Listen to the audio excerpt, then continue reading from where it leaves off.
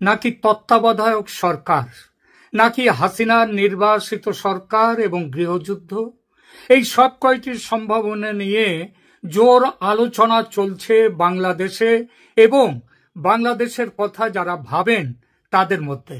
ইউনূস চলে যাচ্ছেন এটা এখন প্রায় নিশ্চিত। প্রায় কথাটি এই জন্য বললাম, রাজনীতিতে নিশ্চয়তা বলে কোনো শেষ কথা হয় না। কোটা বিরোধী আন্দোলনের মতো একটা সাধারণ বিষয়ের নির্বিষ আন্দোলন শেখ হাসিনা সরকারের পতন ঘটাবে, এই কথাটি ৫ আগস্টের আগে সেনাপ্রধান ওয়াকারুজ্জামান ছাড়া কয়জন ভাবতে পেরেছিলেন? ওয়াকারুজ্জামান ভাবতে পেরেছিলেন এই কারণে যে হাসিনা বিরোধী ষড়যন্ত্রের বড় শরিক ছিলেন তিনিও, এবং সেনা তার সাংবিধানিক দায়িত্ব পালন করে ওই যে রাইফেল নামিয়ে রাখলো, এই সিদ্ধান্ত ওয়াকারুজ্জামান আগেই নিয়ে রেখেছিলেন। ইউনূসের বিদায় নিশ্চিত, এর মধ্যে প্রায় কথাটি ঠিক এই কারণেই বলেছি।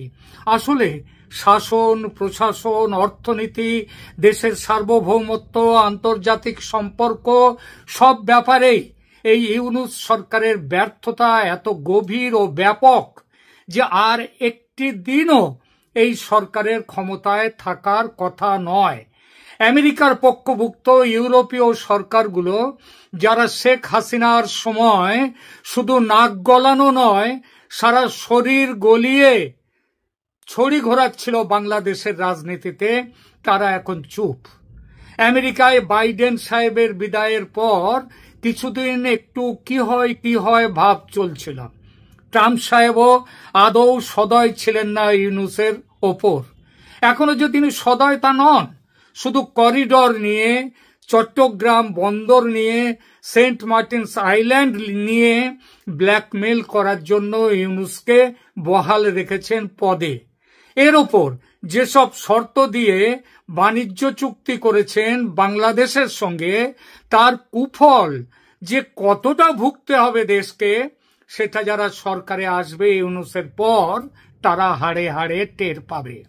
এই মুহূর্তে ইউনূসের কাছ থেকে কিছু পাওয়ার নেই ট্রাম্প সাহেবের, তাই বিদায় ঘণ্টা বাজিয়ে দিয়েছেন।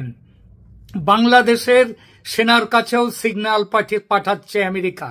এই যে এনসিপি নেতাদের মাথা থেকে সুরক্ষার ছাতা সরিয়ে নেয়ার নির্দেশ আমেরিকা পাঠালো ওয়াকারুজ্জামানের কাছে, সেটাও কিন্তু একটা বড় সংকেত যে ইউনূস তুমি যাও। আধিকারিক পুষ্টি পায়নি বটে, এবং এসব ব্যাপারে আধিকারিক পুষ্টি হয়ও না, তবু খবর পেয়েছি ইউনূসের বিকল্প মন্ত্রিসভা গঠনের জন্য প্রয়োজনীয় ব্যবস্থা নিতে নির্দেশ পেয়ে গেছেন ওয়াকার সাহেব। বলা বাহুল্য, নির্দেশ এসেছে ওয়াশিংটনের হোয়াইট হাউস থেকে। যদিও এই প্রস্তাবে কিন্তু প্রাথমিক সায় আছে ভারতেরও। অনেকেই মনে করছেন হয়তো যে ভারত আমেরিকার সম্পর্ক এখন ভালো নয়, নানা বিষয়ে খটাখটি চলছে, এটা মিথ্যে নয়, কিন্তু তাই বলে সম্পর্ক ভাঙেনি বা কাটেনি, এমনকি একটু আঁচড় পর্যন্ত লাগেনি বলে দিলাম। আসলে ট্রাম্পের চাপের কাছে যখন পৃথিবীর একের পর এক দেশ সারেন্ডার করছে, ভারত তখন সারেন্ডার করেনি, তাই দর কষাকষি চলছে কেবল। ভারত আমেরিকার সম্পর্ক আগামী কয়েক মাসের মধ্যে কোন উচ্চতায় পৌঁছয় একবার দেখে নেবেন, কারণ ভারতের যত না দরকার তার থেকে অনেক বেশি দরকার আমেরিকার ভারতকে। বাংলাদেশ নিয়ে ট্রাম্পের ভাবনায় এখন আর ইউনূস নেই, সেই জায়গায় এসেছে বিকল্প সরকার, যে সরকার এসে একটি ফ্রি অ্যান্ড ফেয়ার ইলেকশন করবে, যে ইলেকশনে অংশ নেবে আওয়ামী লীগও। ভারত সরকারের কাছে বিভিন্ন গোয়েন্দা সূত্রে রিপোর্ট এসেছে যে সুষ্ঠু নির্বাচন হলে, রিগিং না হলে আওয়ামী লীগের জয় সুনিশ্চিত।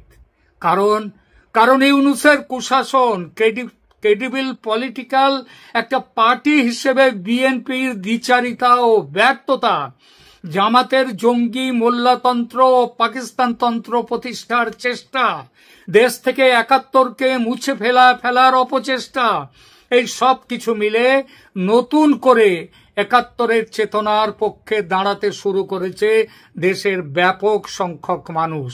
আর এর প্রত্যক্ষ ফল তো দেখাই যাচ্ছে। আওয়ামী লীগের পুনর্জন্ম হয়েছে, ভয় কাটিয়ে মানুষ হাজারে হাজারে নামছে রাজপথে। শুধু তো আওয়ামী লীগ নয়, দেশের ছাত্র সমাজ মিছিল করছে। সেই মিছিলে স্লোগান দিচ্ছে, ইউনূসের 2 গালে জুতো মারো তালে তালে। ভাবা যায়? অথচ এই ছাত্ররা মাত্র 1 বছর আগে হাসিনা হটাও আন্দোলনে সামিল ছিল। বলতে খারাপ লাগে, তবে এটাই সত্যি যে বাংলাদেশের সবচেয়ে ঘৃণিত মানুষটির নাম বর্তমানে সম্ভবত doctor Mohammad Yunus, the Nobel laureate. সুতরাং তাকে চলে যেতে হবে। কিন্তু আসন তো খালি থাকে না, থাকবে না। সরকারে বসতে হবে কাউকে না কাউকে। কে বসবে বা বসতে পারে, কে নিতে পারে দেশের দায়িত্ব?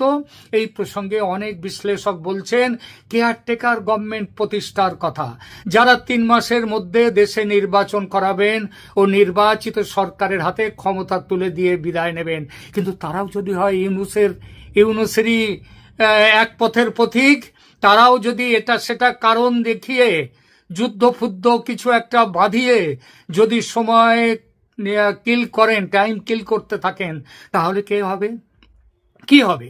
কেউ বলছেন দেশে প্রেসিডেন্সিয়াল রুল বা রাষ্ট্রপতির শাসন জারি করে রাষ্ট্রপতি নিজেও সরকার চালাতে পারেন না। স্যার, পারেন না।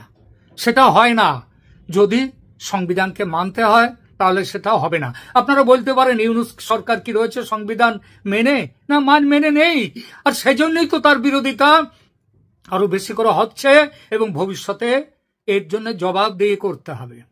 বাংলাদেশের সংবিধানে রাষ্ট্রপতির শাসন, তার থেকে বড় কথা কি জানেন? রাষ্ট্রপতির শাসন জারি করার কোনো ব্যবস্থাই নেই। কোনো ব্যবস্থাই নেই বাংলাদেশের সংবিধানে। ভারতের বিভিন্ন রাজ্যে রাষ্ট্রপতির শাসন হতে পারে, কিন্তু কেন্দ্রে কখনো রাষ্ট্রপতির শাসন ভারতেও হতে পারে না। এটা একই অবস্থা বাংলাদেশেও। তৃতীয় যে সরকার গঠনের সম্ভাবনা, সেটি হলো ন্যাশনাল ইমার্জেন্সি ঘোষণা করে দেশ চালানো, সরকার চালানো। বাংলাদেশের সংবিধানের 9 ধারায় রাষ্ট্রপতিকে ক্ষমতা দেওয়া হয়েছে দেশে ইমার্জেন্সি বা জরুরি অবস্থা ঘোষণার। যদি বহিঃশত্রুর আক্রমণ বা অভ্যন্তরীণ গোলযোগের ফলে দেশের সুরক্ষা, নাগরিকদের স্বাধীনতা, অর্থনীতি এসবগুলো ক্ষুণ্ণ হওয়ার সম্ভাবনা থাকে, তাহলে রাষ্ট্রপতি জরুরি অবস্থা জারি করতে পারেন। তবে এখানেও একটা খুব খুব বড় তবে আছে। এই তবেটা হলো রাষ্ট্রপতি তখনই তিনি এই ইমার্জেন্সি বা জরুরি অবস্থা জারি করতে পারেন যখন প্রধানমন্ত্রী সুপারিশ করবেন। প্রধানমন্ত্রীর সুপারিশ নিতে হবে রাষ্ট্রপতির শাসন জারি করতে গেলে, এবং তারপরে পার্লামেন্ট যখন বসবে, পার্লামেন্ট বসলে পার্লামেন্ট থেকে অ্যাপ্রুভ করে নিতে পারে। পার্লামেন্ট তো বাংলাদেশের ভেঙে দেওয়া হয়েছে, কিন্তু সেটা আবার ফিরিয়েও নেওয়া যায়। 2-4 জন নিহত হতে পারেন, ঠিকই সম্ভাবনা আছে, কিন্তু তাহলে বাকিরা বৃহৎ সংখ্যক সাংসদরা তো আছেন, তাদেরকে দিয়ে পরে পার্লামেন্ট পুনরায় বসিয়ে অ্যাপ্রুভাল নিয়ে নেওয়া যেতে পারে। সংবিধান মোতাবেক এটাই হলো ইউনূসকে সরিয়ে দেওয়ার পর যে পথে শাসন ব্যবস্থা চলতে পারে তার সর্বোত্তম পদ্ধতি। এতে সংবিধান ভাঙা হয় না। এইবার প্রশ্ন ওঠে, কি বলছেন সংবিধান ভাঙা হয় না? সংবিধান তো ভাঙা হয়ে গেছে, প্রধানমন্ত্রী তো নেই, তাহলে রাষ্ট্রপতিকে কে সুপারিশ করবে জরুরি অবস্থা জারির জন্য? এই সুপারিশ ছাড়া যদি জরুরি অবস্থা জারি করেন তিনি, সেটা হলে তিনি তো নতুন করে সংবিধান অবমাননা করবেন, তাই না? তাহলে কি হবে?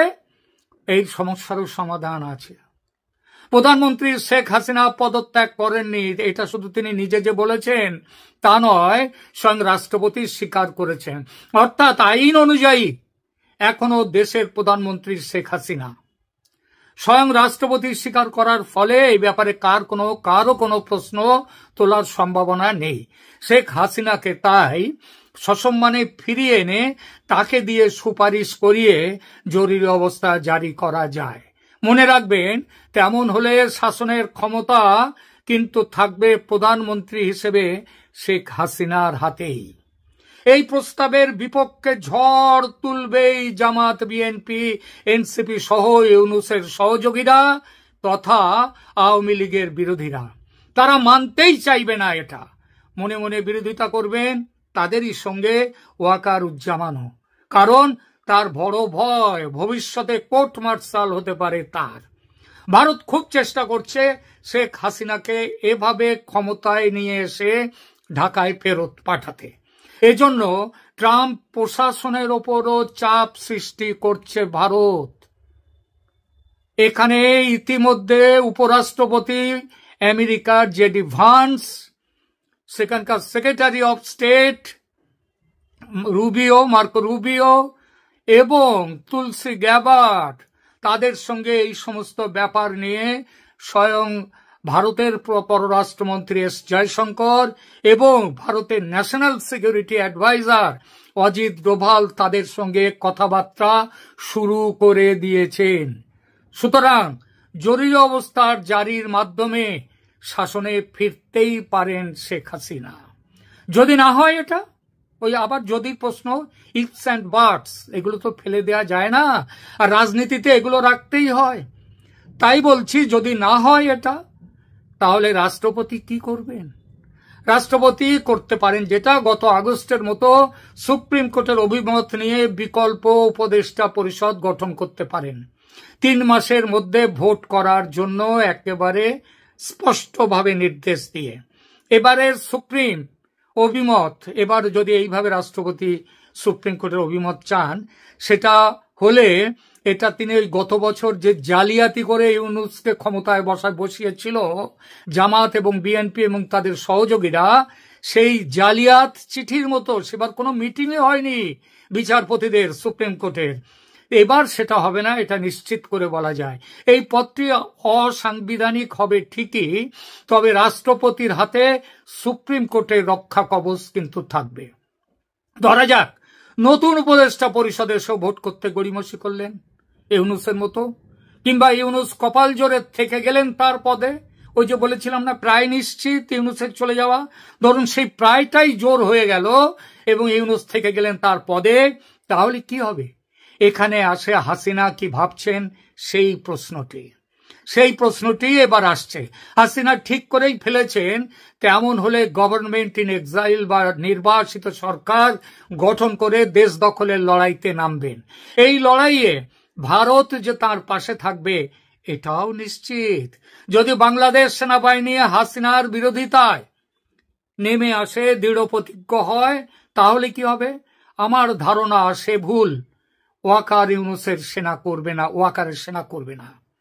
সেনা কোনো পক্ষ না নিয়ে পক্ষহীন হয়ে থাকবে, নিজেরা কোনো পক্ষে নেই এটা দেখাবার জন্যে। তবে সেনা কিছু না করলেও জামাত সহ সমস্ত ইসলামী শক্তি এবং বিএনপির একটি অংশ অস্ত্র হাতে আওয়ামী লীগের মোকাবিলা করতে মাঠে নামবে। আর তাদের হাতে অস্ত্র যে যথেষ্টই আছে সেটা তো পরিষ্কার, পাকিস্তান থেকে কম অস্ত্র তো আসেনি, এছাড়া চীন থেকেও আসবে হয়তো।